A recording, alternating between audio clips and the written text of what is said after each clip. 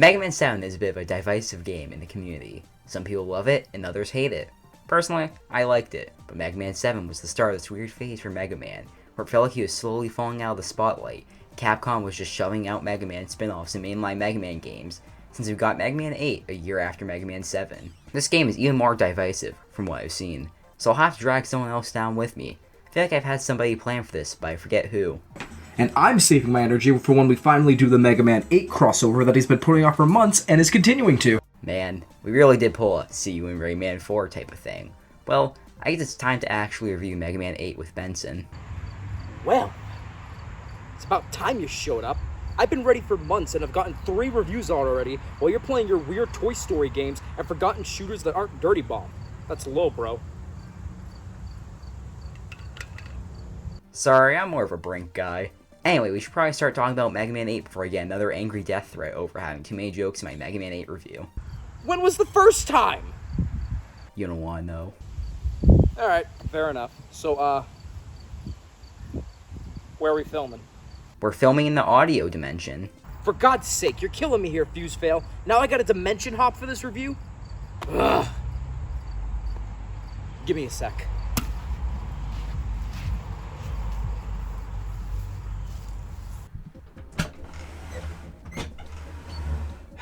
I can't believe I'm being stuck in this ridiculousness. Well, I'm here. We finally gonna do this, or you're gonna cover another forgotten shooter or kiss Mega Man 2's head some more? No, it's all about Mega Man 6 now. Anyway, let's hop into Mega Man 8's development history. There's no way it can top Mega Man 7 being made in 3 months, right? Well yeah, Mega Man 8 actually doesn't really have some wild and insane development history. It was released on the PlayStation 1 and the Saturn, with some differences between versions. It featured cutscenes which KJ Inafune had wanted to do. And speaking of KJ Inafune, this was his first Mega Man game as producer since the previous producer left. Overall, not exactly a mind-blowing development history, kinda just got developed and that was it. Yeah, I'm not gonna lie, anything I know about the development history about this game I either already knew for the most part, such as the Saturn version and stuff, or learned talking with you, which quite frankly, there wasn't much of. It's just your standard Mega Man game where you jump, shoot, and retire robots. But since there isn't much development history, I might as well talk about my history as a whole with Mega Man. I got into his games with the help of the Anniversary Collection on PS2. It came with a standard 8 games and 2 fighting games that I remember slapping pretty hard. I loved all of them, but the ones I played the most were 7 and 8 as a kid, and even now, I still consider them to be my favorites of the bunch, with 11 and 6 not far behind. I'm not a complete die-hard fan, but I love the games and it's always great to see the Blue Bomber make a return one way or another. Unless he's talking, in which case, God shut the fuck up. Look, I know it's stereotyped to rag on the voice acting, but I'd be damned if I didn't talk about how bad it is still. And if you've never heard it before, just look up the cutscenes. I don't want to spend too much time beating a dead horse. Or horseman in the case of Mega Man's world, I guess. Also, the Legacy Collection doesn't have the badass opening cutscene that plays, which breaks my heart into many different canisters for Mega Man to consume for energy. Hope y'all grew up while becoming more literate, otherwise this may be my only collab here. Yeah, Mega Man 8's voice acting is pretty rough. It's poorly acted and voiced. The animation of the cutscenes is at least charming. I think the game would benefit from just not having them though. Speaking of the voice acting, no way in this game shuts up, even during the levels. Voice lines are usually thrown out way too often, especially in Robot Master battles, but at least I can either just mute the audio of my TV to avoid listening to the voices, or I can just focus on how good the music is instead. Anyway, let's finally get into the game, starting at the introduction stage where Mega Man must go investigate this island after 2 robots are fighting in space. We also briefly see Bass in the opening cutscene, and wow do these sprites look good. The colors pop and they're vibrant, but not overly colorful. Mega Man 7 had that problem with sprites being too large, and Mega Man 8 fixes that, so now more is on the screen. Controls also feel smoother than 7 here. This is great, they took Mega Man 7's 2 problems that stuck out to me and fixed them. Maybe they'll fix the rest of those problems too. They also introduce this ball that you can kick, and I kinda just love how Mega Man has this mega powerful weapon that's just a ball. After Mega Man Soccer, he decided to use his love for the sport as a weapon. Besides that, this is a pretty standard Mega Man stage. Nothing here sticks out to me as this amazing masterpiece of game design, but nothing irritates me either. It's a fun time all around, except for the boss fight at the end. The boss fight is essentially just repeatedly kicking the ball to kill the boss. I like the boss's character design, I just wish it was a fun fight. The intro stage is probably the best to introduce a person to Mega Man. It teaches you the basics in this gorgeous island setting, with nods to some of Dr. Wily's past endeavors such as the dragon, and introduces you to the ball mechanic. You learn the jump and shoot mechanics, finding secret bolts, slide and charge shot, and boss weaknesses with the ball for the crab, which makes no sense to me.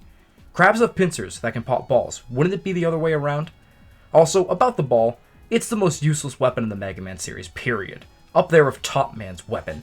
I have only used it twice against the crab and then... well, you'll see. The way it's introduced makes it feel like it'll be integral to the story, but nope, you'll only mandatorily need it twice throughout the game. If this was another boss's weakness or had more puzzles involving it, then I might like it more, but its lack of importance on top of just being a frustrating weapon with no aim for it, it feels unnecessary, and you forget it until you start toggling through other weapons and remember it's there. Also, back to the atmosphere, my god does Mega Man 8 have it in spades. The intro stage is a great example of it with more in the background compared to other games, but then we get to the stage selection screen and ooh, it's a spicy Mega Ball. So yeah, they set up the ball to be useful, but it ends up not being useful for a majority of the game. Anyway, taking a look at the first few robot masters you can fight, it's not bad overall. A lot of fun and weird designs. Benson and I went in different orders for robot masters, but we're going to go in with the order that most people likely did, starting with Grenade Man. I genuinely wondered what happens if you pull the pin on the top of his head. Like, does he blow up or does nothing happen to him? So the stage starts off with these worms for some reason. Yeah, when you think grenades, I bet you also think of worms. Can't have one without the other. Well, besides the worms, you also have these explosive barrels, and they're a pretty cool gimmick for the stage. When you shoot them, they'll explode and can change how you move across the stage. Do you keep the barrels there, or do you shoot them to blow them up for a more open landscape? The worms are a weird touch for sure. Like, they look very suggestive coming out of the holes like that, but I don't want to go any further than that. Outside of the worms though, this is probably the stage you'd want to start out with, even though I started differently. It's just basic run and gun shooting amidst some really awesome music. If you're new to Mega Man, then you can get your basic action of what the series entails from here. Planning jumps correctly, having to strategize against enemies on different platforms, and using the explosives Fuse mentioned. These can either get rid of pesky enemies you can't reach, or open up a chance for a bolt at the cost of a risky jump. It balances out challenge perfectly. Before I talk about the fight against Grenade Man himself, I think I'll talk a little bit more about the atmosphere of Mega Man 8 though, since I've hinted at it once or twice, and I feel it's important to the game. If you've watched any of the other reviews in the Mega Man Inconsistent-a-thon, or seen the games in general, you'll notice how more happens in the foreground, meaning the area that you're in, than in the background, leaving the world around you pretty looking, but kinda bland and dead. Even Mega Man 7 is guilty of this despite the graphics update and the more involved story than other games. Mega Man 8 builds the world around you outstandingly, such as here in Grenade Man stage with moving machines in the background, making you really feel like you're in a factory instead of just a tunnel with a factory aesthetic. You could see this in other stages as we continue the review, such as Tengu Man with clouds rolling by, and Frost Man with city lights flashing and coming alive amidst snow. It's a really big upgrade to the series that I appreciate as a world builder and player of RPGs and D&D, and I hope you enjoy the world while you can, because when you reach Grenade Man himself, he is super quick. Grenade Man might move at a decent pace, but the boss fight was way too easy. I beat it on my second try because the first time I had barely any health going into the fight. Sure, it was close, but that's because I made two really dumb mistakes while fighting him, causing me to take damage. This is even worse when you realize that it's just using the basic Mega Buster. You're to use his primary weakness, which is Thunderclaw. This boss fight would probably be a walk in the park. This lack of challenge disappointed me. When the boss fight just started to get challenging, it was over. When I play a Mega Man game, I expect a bit of challenge, and this didn't provide that to me. Mega Man games are at their best in my opinion, when they combine fun and challenging platforming, some enemies, a unique stage theme, an unobtrusive level gimmick that doesn't ruin the game, and a tough but fair boss fight. Grenade Man stage didn't provide that for me. It feels just like another Mega Man stage in some areas, which is genuinely disappointing to me. It does some stuff right, like the theme and the explosive barrels gimmick, but then everything else just feels so uninspired and lackluster in a way. While it wasn't awful, Grenade Man stage feels like something that Capcom was just checking off the requirements of what a Mega Man stage needed, and then once they had the basics, they said, okay, it's done, without giving it any extra polish or love. Because of that, Grenade Man stage has only 2 out of the 5 things I want in the Mega Man level. It's just the bare minimum. I wish this amazing theme and gimmick got a better stage to supplement them. Yeah, as much as Grenade Man moves quick, I didn't have too much trouble with him and his Thunderclaw weakness. Doesn't help too that you can deflect his grenades back with said Thunderclaw for extra oomph. If this is your first time playing a Mega Man game, then you'll find challenge for sure, but for a veteran like me, it was lacking, especially because I kinda cheesed my way through the fight. I've noticed that with Mega Man moving a bit slower in this game, he tends to be more like a tank in regards to taking damage from multiple bosses, leading to just speed running your way through the game. The stage was pretty great, and I like the idea of Grenade Man, but his battle tends to self-destruct. Am I being fired? No, because if I fire you, I have to rewrite this script to be a solo video, and I don't feel like doing that. Anyway, let's move on to the next stage, Frostman. By the way, can I actually say that Frostman has a weird design that I kind of like but kind of don't like? He has this cool bulky igloo look, but at the same time I don't love it. It's not bad, but to me personally it's nowhere close to some of the other Robot Master designs that are ice themed. We get into the stage and we start off with platforming that's kind of basic, but okay enough I guess. Like Benson discussed earlier, the backgrounds of this game are gorgeous, and I think this is another demonstration of that. You do this elevator section with bats because it's not a Mega Man game if there's no bats involved. Then a snowboarding segment. There's multiple of these and I had a ton of fun with them. It starts out basic and not that challenging, but later on it starts to test how quickly you can react. If you're a little late, then you're going to die. Personally for me, I love when there's a bit of variety in a Mega Man game, when it fairly challenges you, and each segments combine that. I didn't find myself frustrated. Instead, I found myself having a really good time and being excited to try again after I died. It also combines your basic Mega Man gameplay by having enemies and bits of platforming, instead of just having one of those, which we'll see later isn't the case for other gimmicks later on in the game. Other than that, the rest of the stage is fine, I guess, but nothing really sticks out. The snowboarding sections carry the stage for me. I imagine not liking them would ruin your enjoyment of the stage, though. Well, I fall into that group. I appreciate the stage, I guess. It's alright, but the snowboarding can go mega suck it. I mentioned Mega Man taking hits like a tank and moving a bit slower, but I really do think he is a tank in the most literal sense. How else can we explain why he doesn't jump high enough during these parts? I don't see no tank jumping around. These segments are so unpredictable because as it speeds up, you either fall off before reacting in time, or if you know the jump is coming up, Mega Man doesn't react and falls anyways. The stage was passable before this, but these segments where I died multiple times even though I know a jump is coming up really made it my least favorite of the first four. Frostman is a giant Lego looking turd as well. He sounds like a bootleg Arnold Schwarzenegger that drank too many E-canisters. He isn't memorable and he's easy, especially with Grenade Man's weapon. This stage is just forgettable. It's been a while, but there isn't any snowboarding segments after this, right? Right? I hate Frostman's boss fight personally. Not because it's hard, but it's pretty annoying. Frostman just won't shut up, and I'm glad I was quickly done with it. It was just a never-ending cycle of me hitting him and him talking. Like, dude, we're fighting to the death. You don't need to talk after every time I hit you. Stop with the one-liners and just shut up and die. Next up, though, we move to a great stage known as Tengu Man stage. This stage features gorgeous backgrounds and decent platforming. Also, the section with spikes, but I barely cared for it. This stage's main gimmick is these side-scrolling shooter segments that moved way too slow in my opinion. Don't get me wrong, they are good and I did enjoy them overall, but I do wish they were a little quicker. Just speeding them up a bit with how quickly the stage scrolls would go from a B to an A for me. Overall though, I consider this my favorite stage so far. The platforming, like I said earlier, is decent, so while it isn't mind-blowing, I did have a good time, and while I criticized the shooting segments for being slow, they're still a B for me, which means they were enjoyable. I guess my biggest problem with the flying segments is that overall they kind of did just feel like shoot enemies, without combining the other elements of what makes Mega Man fun. I would forgive it for being just shoot enemies if the segments were hard, but they weren't. They were kind of simple and easy. This is easily the most balanced stage as far as design goes though. Then get to Tengu Man's boss fight, and it is a blast. This is where the voice acting works in my opinion. It allows him to give Tengu Man more personality, and I like how he's cocky. Most other Robot Masters just feel like, destroy Mega Man. But Tengu Man has a bit more personality with the added attitude. Also when he says, here you go, means even when you don't see him, know he's going to dive in for the attack, which is a nice way to signal to the player what's going to happen. This is such a fun boss fight with how open the area is, and a variety of attacks in it. It won't challenge you a ton, but it's at least enjoyable and not a walk in the park, even while using Tengu Man's weakness.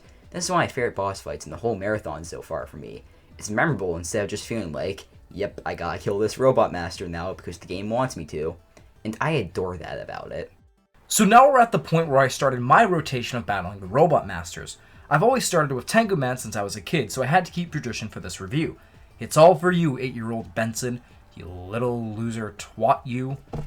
Anyways, out of all the stages of Mega Man 8, this is the one I enjoy coming back to the most.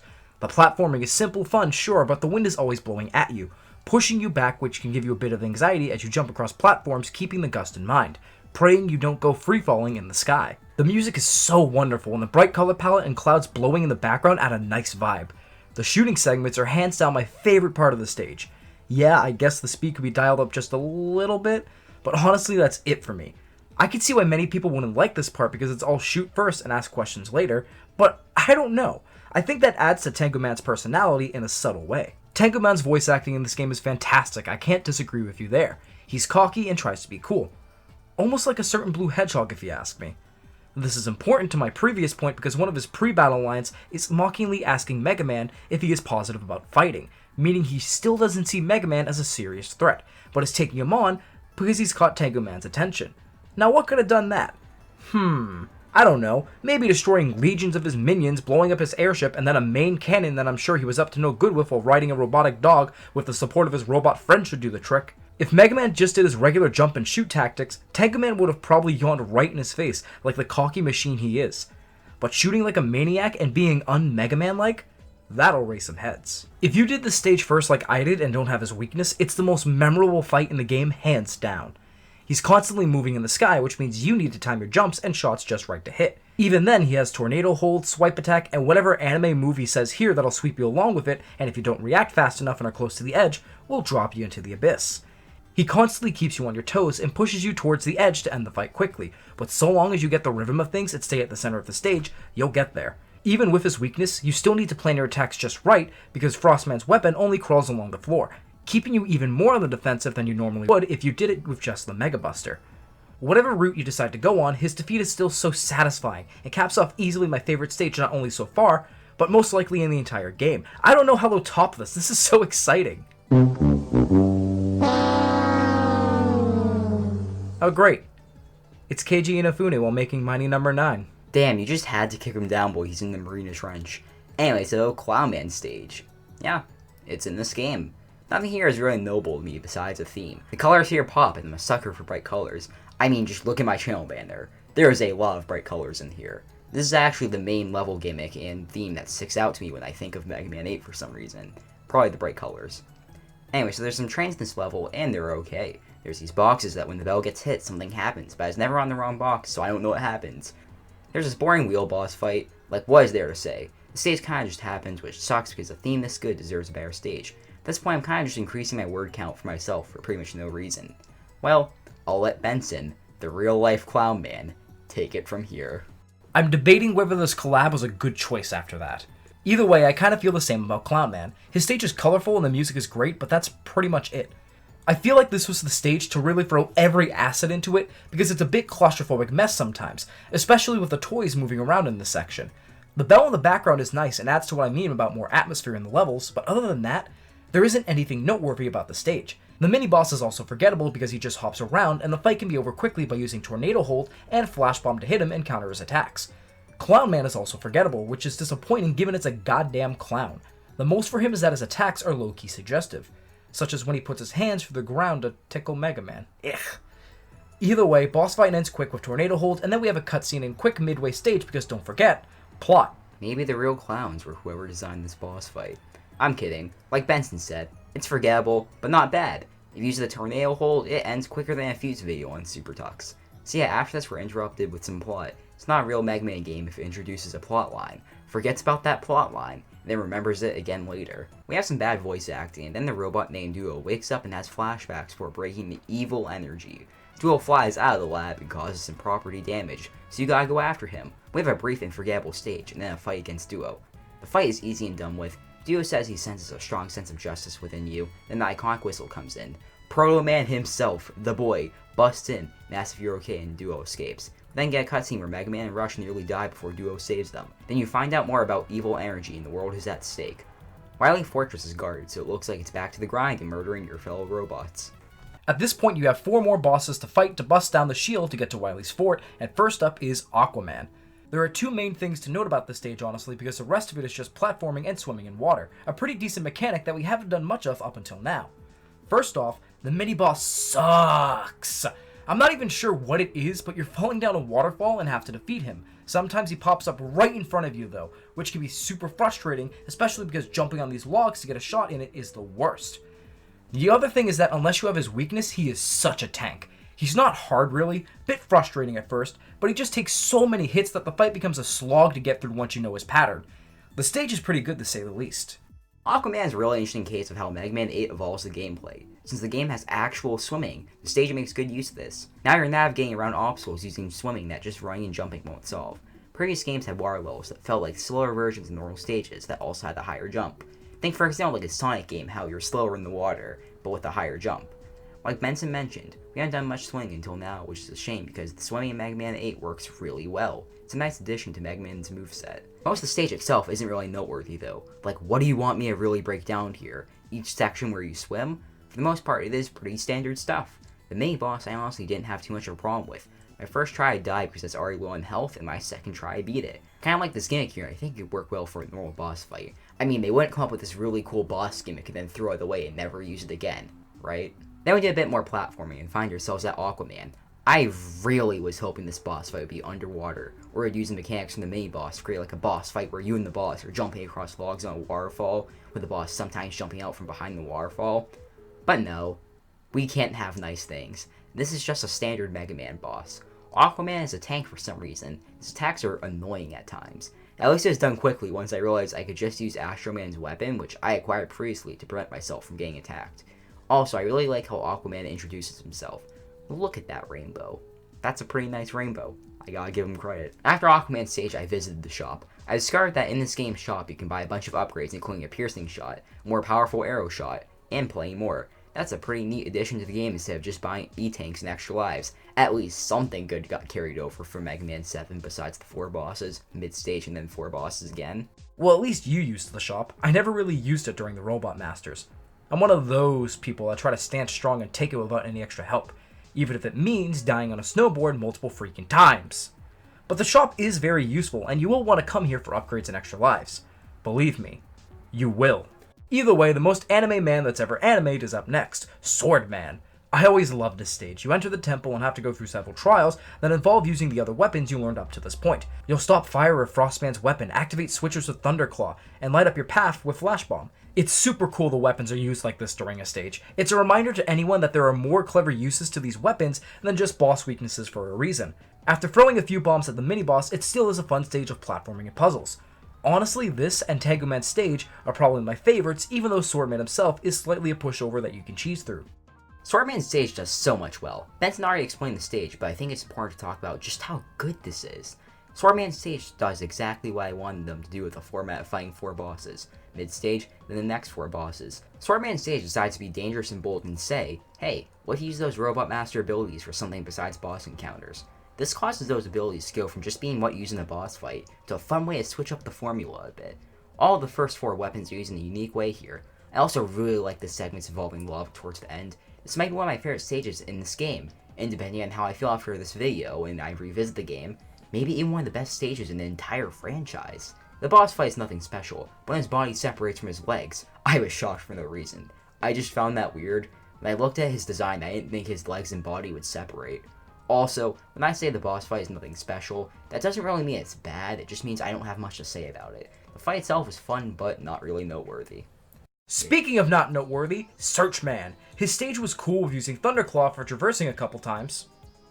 And that's it, really. It's a nice jungle aesthetic, and the track here is one of the few ones I clearly remember from this game, but it has nothing special, really. It's inoffensive like Grenade Man's stage. Just simple platforming. Searchman talks to himself because he has 2 heads like some incest mutant, though. Wait, Searchman's stage exists?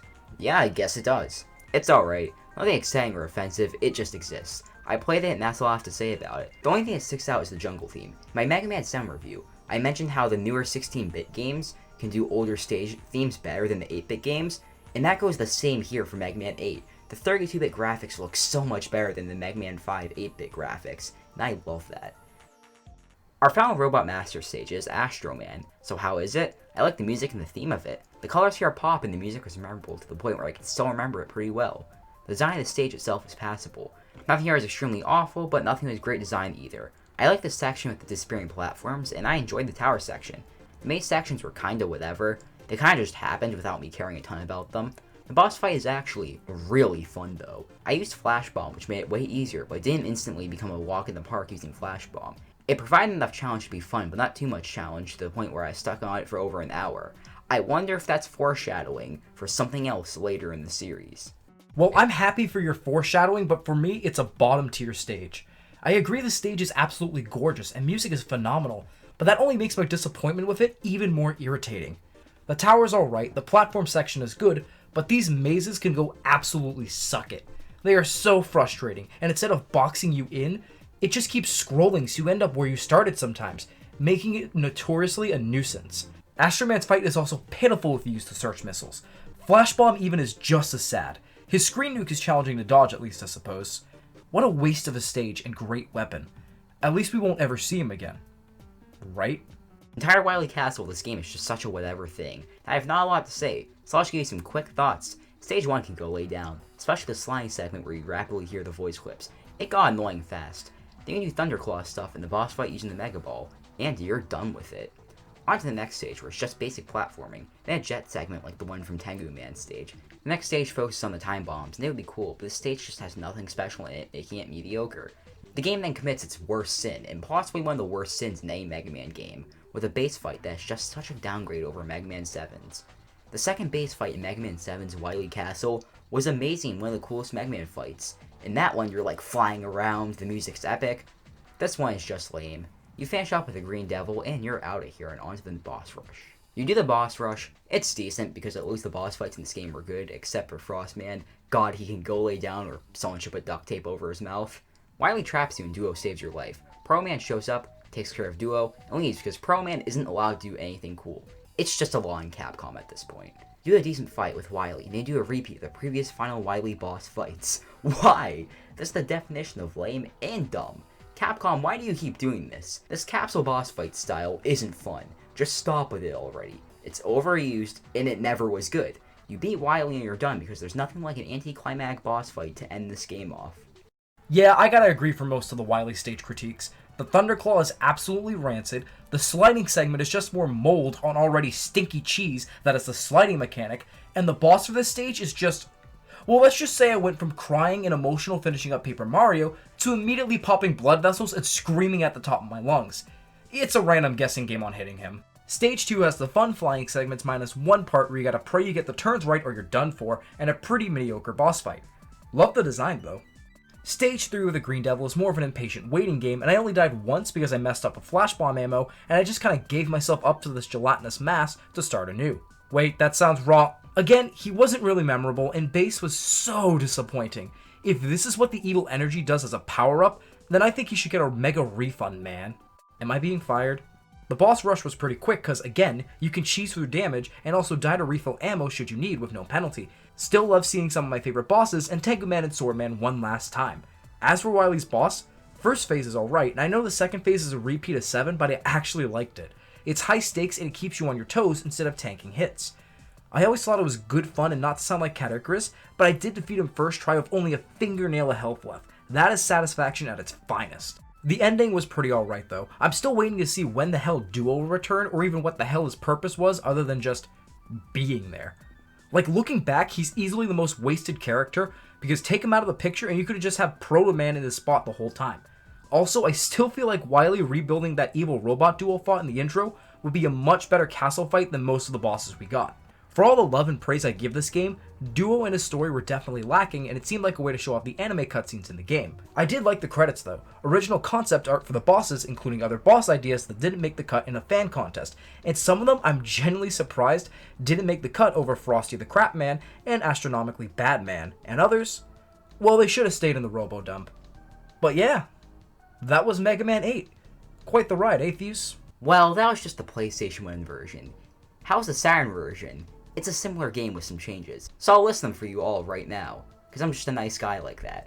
First up is the turns for the cutscenes. On Saturn, they're more compressed. Not much else to say there. The wire is also different between versions. Anyway, let's move on to the big changes in the Saturn version. In the Saturn version, you get to fight Woodman and Cutman. These are the same fights as their NES fights, and because of that, they're fun and enjoyable. I had a good time with them. Anyway, back to talking about Mega Man 8 in general. Mega Man 8 was quite the wild ride. I liked this game a ton, but I also didn't. Mega Man 8 suffers from not living up to what I want from a Mega Man game. In a way, this entire Mega Man marathon has left me asking myself, what does make a good Mega Man game? It can't just be what makes a good video game, but what makes a good Mega Man game? Mega Man 8 is the game that made me have to ask myself that the most. Mega Man 8 is a good video game, but is it a good Mega Man game? When I play a Mega Man game, I want to be challenged. Mega Man 7 and 8 actually both lacked in this category for me. At first I thought maybe it was the shops, but then after playing both games for a bit without using the shop, it was still not that challenging. The NES games, while not perfect with their difficulty, feel more challenging than this. On the NES, Mega Man became tightly designed, and 2 through 6 are all great games. But after 6 on the NES, the franchise started to slip in difficulty. Mega Man games no longer were that challenging. I feel like that's losing a core part of the design of the series. 7 and 8 both represent this weird era of Mega Man in my opinion. It's a transition for the franchise into newer technology, while also having to deal with there being multiple spin-offs now. The Mega Man family was starting to become more crowded than ever, and the further we get into the series, the more that becomes a problem. They couldn't keep doing the exact same thing over and over, but they couldn't go too far or it no longer fit in with the mainline series. That was a convoluted way of getting to the answer instead of just saying it, but I think you all get the point. A Mega Man game is a good Mega Man game, with it balances being difficult and fair, tightly designed, and contains enough variety to make it fun, but not too much variety where it's weird and unfun. When I look back at 8, I always have to ask myself, does it fulfill those requirements? Yeah, I think so. The game is enough fun and has enough variety where it's a good Mega Man game. A lot of the stuff in it is at least decently designed, but it lacks the difficulty. The difficulty is the final key ingredient Mega Man 8 lacks. Without the difficulty, Mega Man 8 is still a good Mega Man game. It checks off all the other boxes for me, but it's not a great Mega Man game. This game was a little harder. It would easily be one of my favorites. So, where would I place this game in my tier list of the franchise? I would place it under Mega Man 6, probably making it my 3rd favorite. It's not a great Mega Man game, but it's still a good one. I'm right there with you on the difficulty. If you hadn't noticed by now, I mentioned how I choose bosses by taking hits, because it seems like the difficulty was eased up on a lot during this game, and I only ended up using the shop once for some extra lives before Wily Castle. Easily the hardest part of the game as usual. Don't get me wrong, there are some decent challenges, but this still is the easiest Mega Man in my eyes. If you've watched my Battle for Bikini Bottom review, you'll know it's a game I played a lot as a kid, but reviewing it more critically years later, I saw a lot more flaws with the game, but it didn't take away too much from my overall enjoyment of it. The same can be said about Mega Man 8. It still is one of my favorite Mega Man games. Yeah, it's not difficult, and yes, there are some BS moments sprinkled throughout as Mega Man does, and yes, some mechanics like the sliding really make me want to rip my hair out, whether it's in confusion on why it's there or how terrible it is, but the majority of the game is otherwise fantastic.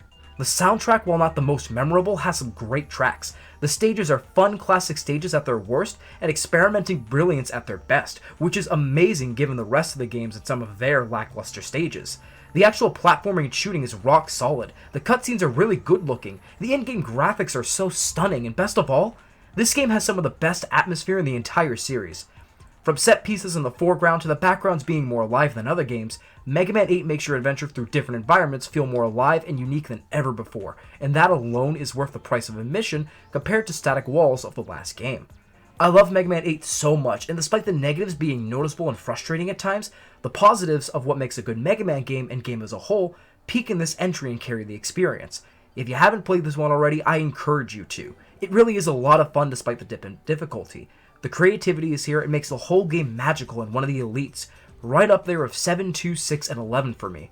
All my favorite Mega Man games. But man, do they just not carry that same punch as Mega Man 8 does sometimes. Well, I think that's all that can be said for Mega Man 8.